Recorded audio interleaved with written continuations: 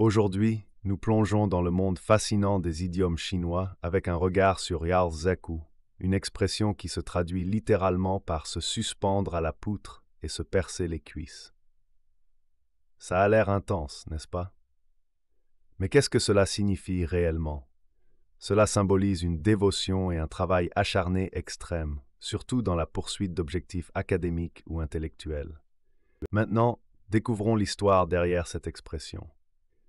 Elle trouve son origine sous la dynastie Han de l'Est et tourne autour d'un homme nommé Sun Jing, qui était incroyablement dévoué à ses études.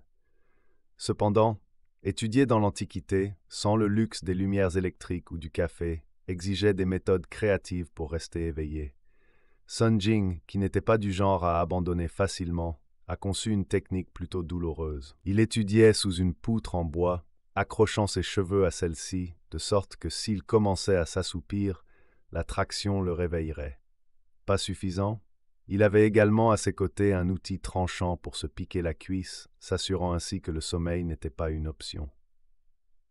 Ce niveau de dévouement à l'étude peut nous sembler un peu extrême aujourd'hui, mais Yao Zeku a transcendé ses origines littérales pour devenir une métaphore de l'engagement indéfectible et de la persévérance dans la poursuite de ses objectifs, en particulier dans le domaine de l'éducation.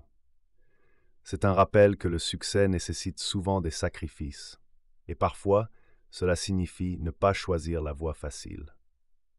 Que ce soit en faisant nuit blanche pour terminer un projet, ou en se surpassant pour maîtriser une nouvelle compétence, l'esprit de Siku consiste à surmonter la douleur et l'inconfort pour réaliser nos rêves.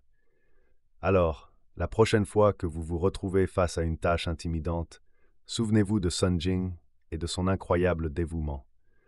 Cela pourrait juste vous donner la motivation nécessaire pour continuer, sans pour autant vous percer la cuisse. Et cela, mes amis, est l'essence de Sansku, un témoignage de l'esprit humain durable et des longueurs auxquelles nous sommes prêts à aller dans la poursuite de l'excellence. Portons cet esprit avec nous, dans nos études, notre travail et au-delà.